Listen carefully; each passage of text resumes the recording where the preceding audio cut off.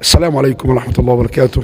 ومرة أخرى مع الداعية الصغير بفضل الله تبارك وتعالى الشيخ ريان. النهاردة بقى بعد صلاة العيد محضرين حاجة جميلة، وإن شاء الله نسمع لكم على طول وإنتوا تحكموا. حبيبي. قسما بنور المصطفى وجماله لن يخلق الرحمن مثل صفاته. المسك والقافور من عرق النبي، والورد والياسمين من وجناته.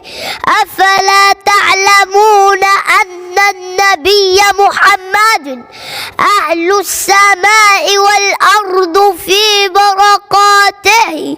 صلوا عليه لتسعدوا بصلاته. عيسى المسيح رآه في إنجيله، وزكى الكلام رآه في توراته.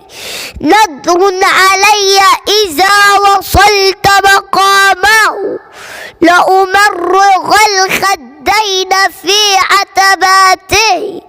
وأقول لعين انظري وتمتعي، هذا رسول الله أشرف خلقه. صلوا عليه لتسعدوا بصلاته. اللهم صل على سيدنا محمد. أقول قولي هذا وأستغفر الله لي ولكم. اللهم صل على سيدنا محمد. صلوا على النبي محمد صلى الله عليه وسلم.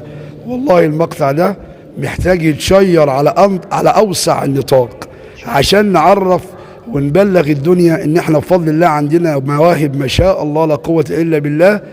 عايزين الكل بقى كده يبتدي يغير، يبتدي يتحرك.